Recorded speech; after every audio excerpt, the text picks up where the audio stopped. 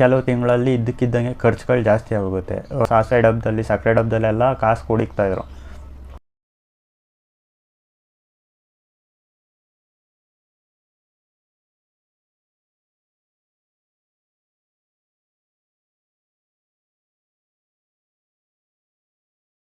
ಗಾಡಿ insurance pay ಮಾಡಬೇಕಾಗುತ್ತೆ. ಅಮ್ಮ ಅಮ್ಮ ಅಮ್ಮ ಕನ್ನಡ ಮಾತೃಭಾಷೆ ತಾನೆ? ಕನ್ನಡ ಬರುತ್ತಾನೆ? ಕನ್ನಡ ಬರುತ್ತಲ್ಲ? ಮತ್ತೆ ಯಾಕೆ ಇಂಗ್ಲೀಷು ಲೆವೆಲ್ ಕೋಪ್? ಹಾಯ್, ಎಲ್ರಿಗೂ ನಮಸ್ಕಾರ. ಇವತ್ತು ನಾನು ನಿಮಗೆಲ್ಲ ತುಂಬ ಇಂಪಾರ್ಟೆಂಟ್ ಟಾಪಿಕ್ ಬಗ್ಗೆ ಎಕ್ಸ್ಪ್ಲೇನ್ ಮಾಡ್ತೀನಿ. ಅದೇ ಪರ್ಸ್ನಲ್ ಫೈನಾನ್ಸ್. ಈ ವಿಡಿಯೋ ಬಹುಶಃ ಪ್ರತಿಯೊಬ್ಬರಿಗೂ ಬೇಕಾಗಿರೋವಂಥ ವಿಡಿಯೋ, ಪ್ರತಿಯೊಬ್ಬರು ನೋಡಲೇಬೇಕಾದಂಥ ವಿಡಿಯೋ. ಪ್ರತಿಯೊಬ್ಬರು ತಪ್ಪದೆ ಮಿಸ್ ಮಾಡದೆ ಈ ವಿಡಿಯೋನ ಕೊನೆವರೆಗೂ ನೋಡ್ತೀರಾ ಅಂತ ಅಂದ್ಕೊತೀನಿ. ಪರ್ಸ್ನಲ್ ಫೈನಾನ್ಸ್ ಅಂದರೆ ಏನು? ಪರ್ಸ್ನಲ್ ಫೈನಾನ್ಸ್ ಅಂದರೆ ವೈಯಕ್ತಿಕ ಹಣಕಾಸು ನಿರ್ವಹಣೆ ಅಂತ. ಅಂದರೆ ನಿಮ್ಮ ಹತ್ರ ಇರೋ ಹಣಕಾಸನ್ನು ನೀವು ಹೇಗೆ ಬಳಸ್ತೀರಿ, ಅಂದರೆ ನಿಮ್ಮ ಗುರಿ ಮುಟ್ಟೋದಕ್ಕೆ ನೀವು ನಿಮ್ಮ ಹತ್ರ ಇರೋ ಹಣಕಾಸನ್ನು ಹೇಗೆ ಬಳಸ್ತೀರಿ ಅನ್ನೋದೇ ಪರ್ಸ್ನಲ್ ಫೈನಾನ್ಸ್ ಅಂದರೆ ವೈಯಕ್ತಿಕ ಹಣಕಾಸು ನಿರ್ವಹಣೆ. ಪ್ರತಿಯೊಬ್ಬರು ದುಡಿಯೋಕ್ಕೆ ಹೋಗ್ತಾರೆ, ಅಂದರೆ ಹೆಂಗೋ ಸಂಪಾದನೆ ಮಾಡಿಕೊಂಡು ಹಣ ತರ್ತಾರೆ. ಆದರೆ ಅದನ್ನು ಸರಿಯಾಗಿ ನಿಭಾಯಿಸೋದಕ್ಕೆ ಬರೋದಿಲ್ಲ. ಸರಿಯಾಗಿ ನಿಭಾಯಿಸೋದಕ್ಕೆ ಬರ್ದಿರ ಅವರು ಸಾಲ ಮಾಡಿಕೊಂಡು ಏನೇನೋ ಮಾಡಿಕೊಂಡು ಅದು ತೀರ್ಸೋಕ್ಕಾಗ್ದಿರ ಸಿಕ್ಕಾಪಟ್ಟೆ ಕಷ್ಟಪಡ್ತಾ ಇರ್ತಾರೆ. ನಮ್ಮಲ್ಲಿ ಸುಮಾರು ಜನ ಸಂಬಳ ಆಗಿ ಒಂದು ವಾರಕ್ಕೇ ಇರೋ ಸಂಬಳ ಎಲ್ಲ ಖಾಲಿ ಮಾಡಿಕೊಂಡು ಮಿಕ್ಕಿರೋ ತಿಂಗಳು ಕೊನೆ ತನಕ ಸಿಕ್ಕಾಪಟ್ಟೆ ಕಷ್ಟಪಡ್ತಾರೆ. ಈ ಥರ ಸುಮಾರು ಜನರಿಗೆ ಅನುಭವ ಆಗಿರ್ಬೋದು. ಈ ಥರ ಆಗಬಾರ್ದು ಅಂತ ಅಂದರೆ ಪರ್ಸ್ನಲ್ ಫೈನಾನ್ಸ್ ತುಂಬ ಇಂಪಾರ್ಟೆಂಟ್ ಆಗುತ್ತೆ. ಅದಕ್ಕೋಸ್ಕರ ನೀವು ಈ ವಿಡಿಯೋನ ಕೊನೆವರೆಗೂ ನೋಡಿ. ಈ ವಿಡಿಯೋದಲ್ಲಿ ಸಂಪೂರ್ಣ ಮಾಹಿತಿ ಕೊಡ್ತೀನಿ ಪರ್ಸ್ನಲ್ ಫೈನಾನ್ಸ್ನ ಬಗ್ಗೆ. ಮೊದಲನೇದಾಗಿ ಪರ್ಸ್ನಲ್ ಫೈನಾನ್ಸ್ ಅಂದರೆ ಏನು? ಪರ್ಸ್ನಲ್ ಫೈನಾನ್ಸ್ ಅಂದರೆ ನಿಮ್ಮ ಹತ್ರ ಇರೋ ಹಣಕಾಸನ್ನು ನೀವು ನಿಮ್ಮ ಗುರಿ ಎಡೆಗೆ ಹೇಗೆ ಖರ್ಚು ಮಾಡ್ತೀರಿ, ಅಂದರೆ ಯಾವ ಥರ ಬಳಸ್ಕೊಂಡು ನಿಮ್ಮ ಗುರಿ ಮುಟ್ತೀರಿ ಅನ್ನೋದೇ ಪರ್ಸ್ನಲ್ ಫೈನಾನ್ಸ್. ಹಣಕಾಸನ್ನು ಬಳಸ್ಕೊಂಡು ಹೇಗೆ ನಿಮ್ಮ ಗುರಿಗಳನ್ನು ಸಾಧಿಸ್ತೀರಿ ಅನ್ನೋದೇ ಪರ್ಸ್ನಲ್ ಫೈನಾನ್ಸ್. ಹಾಗೆ ಪರ್ಸ್ನಲ್ ಫೈನಾನ್ಸಲ್ಲಿ ನಿಮ್ಮ ಗುರಿಗಳನ್ನು ಸೆಟ್ ಮಾಡ್ಕೊಳ್ಳೋದು ತುಂಬ ಇಂಪಾರ್ಟೆಂಟ್ ಆಗುತ್ತೆ. ಅಂದರೆ ಫೈನಾನ್ಷಿಯಲ್ ಗೋಲ್ಸ್ನ ಸೆಟ್ ಮಾಡ್ಕೊಳ್ಳೋದು ತುಂಬ ಇಂಪಾರ್ಟೆಂಟ್ ಆಗುತ್ತೆ. ಸುಮಾರು ಜನರಿಗೆ ಗಾಡಿ ತೊಗೋಬೇಕು ಅಂತ ಆಸೆ ಇರ್ಬೋದು, ಸುಮಾರು ಜನರಿಗೆ ಮನೆ ಕಟ್ಟಬೇಕು ಅಂತ ಆಸೆ ಇರ್ಬೋದು. ಆದರೆ ಬರ್ತಾ ಇರೋ ಆದಾಯ ಅಥವಾ ಸ್ಯಾಲ್ರಿ ಅದನ್ನೇ ನಂಬ್ಕೊಂಡು ಇದು ಮಾಡೋದು ಸಿಕ್ಕಾಪಟ್ಟೆ ಕಷ್ಟ ಅಂತ ಅಂದ್ಕೊಂಡು ಸುಮ್ಮನಾಗ್ಬಿಟ್ಟಿರ್ತಾರೆ, ಅಥವಾ ಏನೋ ಒಂದು ಸಮಸ್ಯೆಗೆ ಸುಮ್ಮನಾಗ್ಬಿಟ್ಟಿರ್ತಾರೆ. ಅದ್ರ ಬದಲು ಒಂದು ನಿರ್ದಿಷ್ಟ ಗುರಿ ಹಿಡ್ಕೊಂಡು ಇಷ್ಟು ವರ್ಷ ಅಥವಾ ಈ ಅವಧಿಯೊಳಗೆ ನಾವು ಈ ಗುರಿನ ಮುಟ್ತೀನಿ ಅಂತ ಅಂದ್ಕೊಂಡು ರಿಯಲಿಸ್ಟಿಕ್ ಪ್ಲ್ಯಾನ್ಸ್ ಮಾಡಿಕೊಂಡು ನೀವು ಅದ್ರ ಪ್ರಕಾರ ನೀವು ಪ್ಲ್ಯಾನ್ ಮಾಡಿಕೊಂಡು ಅದ್ರ ಪ್ರಕಾರ ಟ್ರೈ ಮಾಡಿದ್ರೆ ನೀವು 100% ನಿಮ್ಮ ಗುರಿನ ನೀವು ಮುಟ್ತೀರಾ. ಫಾರ್ ಎಕ್ಸಾಂಪಲ್, ನೀವು ಒಂದು ಗಾಡಿ ತೊಗೋಬೇಕು ಅಂತ ಅಂದ್ಕೊಳ್ಳಿ. ಗಾಡಿ ತೊಗೋಬೇಕಂದ್ರೆ ನಿಮಗೆ ಸುಮಾರು 2 ಲಕ್ಷ ಅಮೌಂಟ್ ಬೇಕಾಗುತ್ತೆ ಅಂದ್ಕೊಳ್ಳಿ. ನೀವು ತಿಂಗಳ ಇಷ್ಟು ಅಮೌಂಟ್ ಅಂತ ಎತ್ತಿಡ್ಕೊಂಡ್ರೆ ಒಂದು ಟೈಮ್ ಡ್ಯೂರೇಷನ್ನ ನೀವು ಫಿಕ್ಸ್ ಮಾಡಿಕೊಂಡ್ರೆ ರಿಯಲಿಸ್ಟಿಕ್ಕಾಗಿ ಅದು ಅಚೀವ್ ಮಾಡ್ಬೋದು ಆ ಟೈಮಲ್ಲಿ. ಈ ಥರ ನೀವು ಫೈನಾನ್ಷಿಯಲ್ ಗೋಲ್ಸ್ನ ಫಿಕ್ಸ್ ಮಾಡಿಕೊಂಡು ಅದ್ರ ಪ್ರಕಾರ ನೀವು ನಡ್ಕೊಂಡ್ರೆ ಫೈನಾನ್ಷಿಯಲ್ ಗೋಲ್ಸ್ ಅಚೀವ್ ಆಗುತ್ತೆ. ಇದು ಪರ್ಸ್ನಲ್ ಫೈನಾನ್ಸ್ ಕಡೆ ತುಂಬ ಇಂಪಾರ್ಟೆಂಟ್ ಸ್ಟೆಪ್. ಮತ್ತು ಬಜೆಟಿಂಗ್ ಬೇಸಿಕ್ಸ್ ಹೇಳ್ಕೊಡ್ತೀನಿ ನಾನಿವತ್ತು. ಅಂದರೆ ಬಜೆಟಿಂಗ್ ತುಂಬ ಇಂಪಾರ್ಟೆಂಟ್ ಆಗುತ್ತೆ. ಯಾಕೆ ಅಂದರೆ ಒಂದು ಸರ್ಕಾರನೇ ಆಗಲಿ, ಒಂದು ಸ್ಕೂಲ್ ಆಗಲಿ, ಒಂದು ಸಂಸ್ಥೆ ಆಗಲಿ, ಏನಾದರೂ ಆಗಲಿ ಒಂದು ಬಜೆಟಿಂಗ್ ಅಂತ ಪ್ಲ್ಯಾನ್ ಮಾಡಿದ್ರೆ ತುಂಬ ಇಂಪಾರ್ಟೆಂಟ್. ಎಲ್ರಿಗೂ ಗೊತ್ತಿರೋ ಹಾಗೆ ಸರ್ಕಾರದಲ್ಲಿ ವರ್ಷಕ್ಕೊಂದ್ಸಲ 6 ತಿಂಗಳಿಗೊಂದ್ಸಲ ಎಲ್ಲ ಬಜೆಟ್ ಪ್ಲ್ಯಾನ್ ಮಾಡ್ತಾರೆ. ಅದೇ ಥರ ಅಂದರೆ ವರ್ಷಕ್ಕೊಂದ್ಸಲ ಮಾಡಿದ್ರು ಕೂಡ ಅದು ಸ್ಮಾಲ್ ಫ್ರ್ಯಾಗ್ಮೆಂಟ್ಸ್ ಅಂದರೆ ಚಿಕ್ಕ ಬಿಡಿ ಭಾಗಗಳಾಗಿ ಮಾಡಿಕೊಂಡ್ರೆ ತಿಂಗಳ ಪ್ಲ್ಯಾನಿಂಗ್ ಇರುತ್ತೆ. ಅಂದರೆ ಈ ತಿಂಗಳಲ್ಲಿ ಇಷ್ಟು ಈ ಕೆಲಸಗಳಾಗಬೇಕು, ಮುಂದಿನ ತಿಂಗಳಲ್ಲಿ ಈ ಕೆಲಸಗಳಾಗಬೇಕು. ಅದ್ರ ಪ್ರಕಾರ ನಾವು ಪ್ಲ್ಯಾನ್ ಮಾಡ್ಕೊಂಡು ಮಾಡಿದ್ರೆ ಎಲ್ಲ ಕೆಲಸನೂ ಅಚೀವ್ ಮಾಡ್ಬೋದು. ನಮಗೆ ಬರೋ ಆದಾಯದಲ್ಲೇ ನಮಗೆ ಬೇಕಾಗಿರೋ ಕನಸೆಲ್ಲ ನಾವು ಈಡೇರಿಸ್ಕೋಬೋದು. ಅದಕ್ಕೆ ಬಜೆಟಿಂಗ್ ತುಂಬ ಇಂಪಾರ್ಟೆಂಟ್ ಆಗುತ್ತೆ. ಅಂದರೆ ನಿಮಗೆ 10,000 ಬರುತ್ತೆ ಅಂದರೆ 10,000ದಲ್ಲಿ ನೀವು ಅದನ್ನು ಹೆಂಗೆ ಖರ್ಚು ಮಾಡ್ತೀರಾ ತಿಂಗಳ ಅಂತ ಪ್ಲ್ಯಾನ್ ಮಾಡ್ಕೊಂಡಿಲ್ಲ ಅಂದರೆ ಏನಾಗುತ್ತೆ, ನೀವು ಅದೇ ಹಳೆ ಒಂದು ವಾರದಲ್ಲಿ ಎಲ್ಲ ಖರ್ಚು ಮಾಡಿಬಿಟ್ಟು ಆಮೇಲೆ ತಿಂಗಳೆಲ್ಲ ಕಷ್ಟಪಡೋದು ರೀತಿ ಆಗಿಬಿಡುತ್ತೆ. ಅದ್ರ ಬದಲು ಪ್ಲ್ಯಾನ್ ಮಾಡಿಕೊಂಡ್ರೆ ತುಂಬ ಹೆಲ್ಪ್ ಆಗುತ್ತೆ. ಪ್ಲ್ಯಾನ್ ಮಾಡಿಕೊಂಡ್ರೆ ಬೇಕಾಗಿರೋ ಕೆಲಸಕ್ಕೆ ಬೇಕಾಗಿರೋಷ್ಟು ಹೋಗುತ್ತೆ, ಬೇಡದೇ ಇರೋದು ಹಾಗೆ ಇರುತ್ತೆ ಅಷ್ಟೇ. ಪ್ರಯಾರಿಟಿ ವೈಸ್ ನೀವು ಪ್ಲ್ಯಾನ್ ಮಾಡ್ಕೋಬೇಕು, ಅದು ತುಂಬ ಇಂಪಾರ್ಟೆಂಟ್ ಆಗುತ್ತೆ. ಹಾಗೆ ಎಕ್ಸ್ಪೆನ್ಸಸ್ನ ಟ್ರ್ಯಾಕ್ ಮಾಡಬೇಕು. ಅಂದರೆ ಇನ್ಕಮ್ ಏನೋ ಬಂದ್ಬಿಡುತ್ತೆ. ಫಾರ್ ಎಕ್ಸಾಂಪಲ್ ಸುಮಾರು ಜನರು ಒಂದೇ ಇನ್ಕಮ್ ಮೇಲೆ ಡಿಪೆಂಡ್ ಆಗಿರ್ತಾರೆ. ಫಾರ್ ಎಕ್ಸಾಂಪಲ್ ಸುಮಾರು ಜನರಿಗೆ ಸ್ಯಾಲ್ರಿ, ತಿಂಗಳೆಲ್ಲ ಕೆಲಸಕ್ಕೆ ಹೋಗ್ತಾರೆ, ಅದರಲ್ಲಿ ಬರೋ ಒಂದೇ ಸ್ಯಾಲ್ರಿನ ನಂಬ್ಕೊಂಡು ಅದ್ರ ಮೇಲೆ ಡಿಪೆಂಡ್ ಆಗಿರ್ತಾರೆ.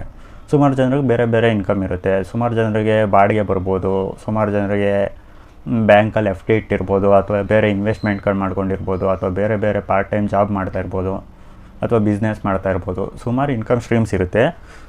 ಆದರೆ ಸುಮಾರು ಜನ ನಮ್ಮಂಥ ಮಿಡಲ್ ಕ್ಲಾಸ್ ಜನಕ್ಕೆಲ್ಲ ಒಂದೇ ಸೋರ್ಸ್ ಇರುತ್ತೆ. ಅವರೆಲ್ಲ ಏನು ಮಾಡ್ತಾರೆ ಅಂತಂದರೆ ಒಂದೇ ಸೋರ್ಸ್ನ ನಂಬಿಕೊಂಡು ಅದರಲ್ಲೇ ಇನ್ಕಮ್ ಮತ್ತು ಎಕ್ಸ್ಪೆನ್ಸ್ ಎರಡೂ ನಿಭಾಯಿಸಬೇಕಾಗುತ್ತೆ. ಅದಕ್ಕೆ ಈ ಇನ್ಕಮ್ ಏನೋ ಬರೋದು ಫಿಕ್ಸ್ ಆಗಿರುತ್ತೆ. ಎಕ್ಸ್ಪೆನ್ಸಸ್, ನಿಮ್ಮ ಇನ್ಕಮ್ನ ನೀವು ಹೇಗೆ ಟ್ರ್ಯಾಕ್ ಮಾಡ್ತೀರೋ ಅದೇ ಥರ ನಿಮ್ಮ ಎಕ್ಸ್ಪೆನ್ಸಸ್ನು ಕೂಡ ನೀವು ಟ್ರ್ಯಾಕ್ ಮಾಡಬೇಕಾಗುತ್ತೆ. ಅಂದರೆ ಅದ್ರ ಮೇಲೆ ಒಂದು ಕಣ್ಣಿಟ್ಟಿರಬೇಕಾಗುತ್ತೆ. ಯಾಕೆ ಅಂದರೆ ನೀವು ತಂದಿರೋ ದುಡ್ಡನ್ನ ನೀವು ಹೇಗೆ ಖರ್ಚು ಮಾಡ್ತೀರಿ ಅನ್ನೋದ್ರ ಬಗ್ಗೆ ನೀವು ತುಂಬ ಕಾಳಜಿ ವಹಿಸಬೇಕಾಗುತ್ತೆ. ಇಲ್ಲಾಂದರೆ ಸಿಕ್ಕಾಪಟ್ಟೆ ದೊಂದು ವೆಚ್ಚ ಮಾಡ್ತೀರಾ. ಅಂದರೆ ಬೇಡದೇ ಇರೋ ವಸ್ತುಗಳ ಮೇಲೆ ಜಾಸ್ತಿ ಖರ್ಚು ಮಾಡಿ ಬೇಕಾಗಿರೋ ವಸ್ತುಗಳಿಗೆ ಖರ್ಚು ಮಾಡೋಕ್ಕೆ ನಿಮ್ಮ ಹತ್ರ ಹಣ ಇರೋದಿಲ್ಲ. ಅದರಿಂದ ತಿಂಗಳು ಪೂರ್ತಿ ನೀವು ಕಷ್ಟಪಡಬೇಕಾಗುತ್ತೆ. ಅದ್ರ ಬದಲು ನೀವು ಎಕ್ಸ್ಪೆನ್ಸಸ್ನ ಮೇಲೆ ನೀವು ಕಣ್ಣಿಟ್ಟಿರೆ ಆ ಥರ ಸಮಸ್ಯೆ ಎಲ್ಲ ತಡೆಗಟ್ಬೋದು. ಆಮೇಲೆ ಡೆಬ್ಟ್ ಮ್ಯಾನೇಜ್ಮೆಂಟ್, ಅಂದರೆ ನೀವು ಸಾಲಗಳನ್ನು ಮಾಡ್ಕೊಂಡಿರ್ತೀರ, ಲೋನ್ಗಳಿರುತ್ತೆ, EMIಗಳಿರುತ್ತೆ. ಎಲ್ಲದ್ರ ಮೇಲೂ ಒಂದು ಸ್ವಲ್ಪ ನಿಗಾ ವಹಿಸಬೇಕಾಗುತ್ತೆ. ಅಂದರೆ ಪ್ಲ್ಯಾನ್ ಮಾಡ್ಕೋಬೇಕಾಗುತ್ತೆ ನೀವು.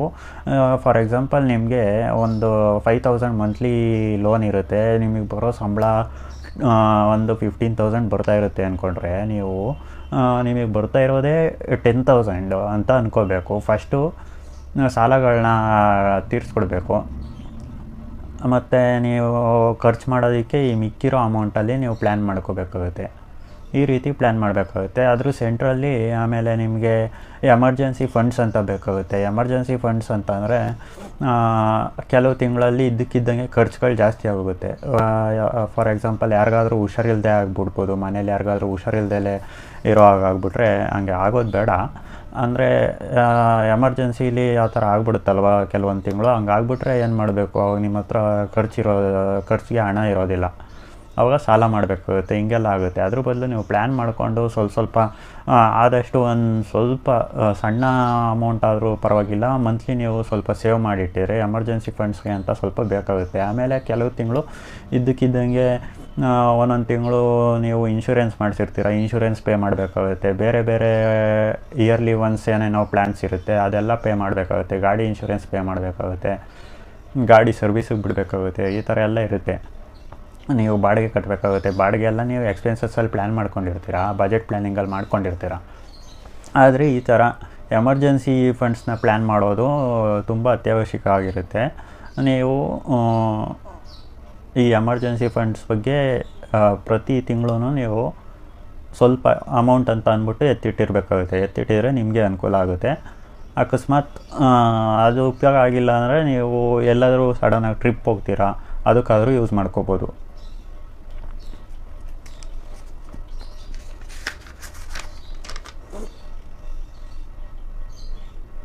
ಓಕೆನಾ. ಆಮೇಲೆ ನಿಮಗೆ ಇವಾಗ ನಾನು ಹೇಳಿದ್ನಲ್ಲ, ಇಯರ್ಲಿ ಒನ್ಸ್ ಅಥವಾ 6 months ಒನ್ಸ್ ಈ ಥರ ಇನ್ಶೂರೆನ್ಸ್ ಆ ಥರ ಏನಾದರೂ ಇದ್ದರೆ ಅದಕ್ಕೂ ಕೂಡ ನೀವು ಮಂತ್ಲಿ ಇಷ್ಟಿಷ್ಟು ಚಿಕ್ಕ ಅಮೌಂಟು, ಫಾರ್ ಎಕ್ಸಾಂಪಲ್ ನೀವು ಒಂದು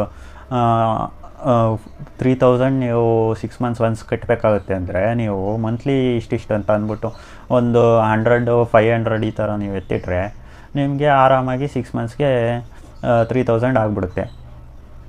ಈ ಥರ ಪ್ಲ್ಯಾನ್ ಮಾಡಿಕೊಂಡ್ರೆ ನಿಮಗೆ ತುಂಬ ಅನುಕೂಲ ಆಗುತ್ತೆ. ಯಾಕೆಂದರೆ ಒಂದೇ ಸಲ 3,000 ನೀವು ಒಂದೇ ತಿಂಗಳಲ್ಲಿ ಹೊಂಚೋದಕ್ಕಿಂತ ತಿಂಗಳೇ ಇಷ್ಟಿಷ್ಟು ಅಂತ ಎತ್ತಿಟ್ರೆ ನಿಮಗೂ ಅದು ಉಪಯೋಗ ಆಗುತ್ತೆ.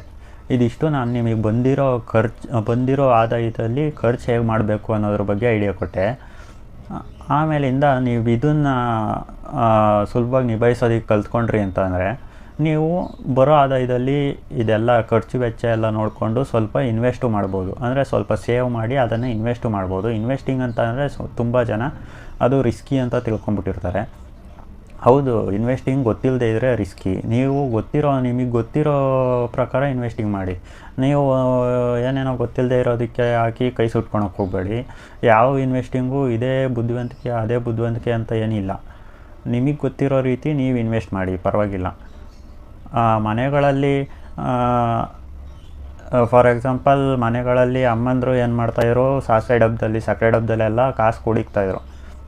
ಅದು ಒಂದು ರೀತಿ ಇನ್ವೆಸ್ಟಿಂಗೆ. ಅದು ಯಾವುದೋ ಒಂದು ಎಮರ್ಜೆನ್ಸಿ ಟೈಮಲ್ಲಿ ಅದು ಬೇಕಾಗ್ತಿತ್ತು. ಹಂಗೆ ಇರೋದಕ್ಕೆ ಎಮರ್ಜೆನ್ಸಿ ಟೈಮಲ್ಲಿ ಉಪಯೋಗಕ್ಕೆ ಬರ್ತಾಯಿತ್ತು. ಅದೇ ರೀತಿ ನೀವು ಮಾಡಿದ್ರೆ ನಿಮಗೂ ಉಪಯೋಗ ಆಗುತ್ತೆ. ಅಂದರೆ ಇನ್ವೆಸ್ಟಿಂಗ್ ಅಂದರೆ ನೀವು ಕೆಲವರು ಹೇಳ್ತಾರೆ ಶೇರ್ ಮಾರ್ಕೆಟಲ್ಲೇ ಇನ್ವೆಸ್ಟ್ ಮಾಡಬೇಕು, ಮ್ಯೂಚುವಲ್ ಫಂಡ್ಸಲ್ಲೇ ಇನ್ವೆಸ್ಟ್ ಮಾಡಬೇಕು, ಇಲ್ಲಾಂದರೆ ಅಲ್ಲ ಅಂತ ಅಲ್ಲ. ಆಮೇಲೆ ಜಾಸ್ತಿ ಇನ್ವೆಸ್ಟ್ ಮಾಡಬೇಕು ಹಂಗೇನಿಲ್ಲ. ನಿಮ್ಮ ಕೈಲಾದಷ್ಟು ಎತ್ತಿಟ್ಟು ಅದನ್ನೇ ನೀಟಾಗಿ ಇನ್ವೆಸ್ಟ್ ಮಾಡಿದ್ರೆ ನಿಮಗೆ ಉಪಯೋಗ ಆಗುತ್ತೆ. ಆಮೇಲೆ ರಿಟರ್ನ್ಸ್ ಕೂಡ ಬರುತ್ತೆ. ಸುಮ್ಮನೆ ಬೇಡದೇ ಇರೋ ಅಮೌಂಟ್ನ ಮನೇಲಿ ಇಟ್ಕೊಳೋದ್ಕಿಂತ ಇನ್ವೆಸ್ಟ್ ಮಾಡಿದ್ರೆ ಅಟ್ಲೀಸ್ಟ್ ಅದಕ್ಕೆ ಸ್ವಲ್ಪ ಆದರೂ ರಿಟರ್ನ್ಸ್ ಬರುತ್ತೆ. ಇನ್ವೆಸ್ಟಿಂಗ್ ಬಗ್ಗೆ ನಾನು ಸಪ್ರೇಟಾಗಿ ಒಂದು ವೀಡಿಯೋ ಹಾಕ್ತೀನಿ. ಸುಮಾರು ವೀಡಿಯೋಗಳು ಇನ್ನು ಮುಂದೆ ಬರೋದಿದೆ. ಅದು ಇನ್ವೆಸ್ಟಿಂಗ್ನ ಅದರಲ್ಲಿ ಕವರ್ ಮಾಡ್ತೀನಿ. ಇವಾಗ ಸದ್ಯಕ್ಕೆ ಬೇಸಿಕ್ಸ್ ಹೇಳ್ತಾಯಿದ್ದೀನಿ. ವಿಡಿಯೋ ಉಪಯೋಗ ಆಯಿತು ಅಂತ ಅಂದ್ಕೊತೀನಿ. ಕೊನೆವರೆಗೂ ನೋಡಿದ್ದಕ್ಕೆ ತುಂಬ ಧನ್ಯವಾದ. ಆಮೇಲೆ ಇದೇ ರೀತಿ ಇನ್ನೂ ಹೆಚ್ಚೆಚ್ಚು ಕಂಟೆಂಟ್ಗಳ ಜೊತೆ ನಾನು ಮತ್ತೆ ಬರ್ತೀನಿ. ಅಲ್ಲಿವರೆಗೂ ಹೀಗೆ ಕಾಯ್ತಾಯಿರಿ.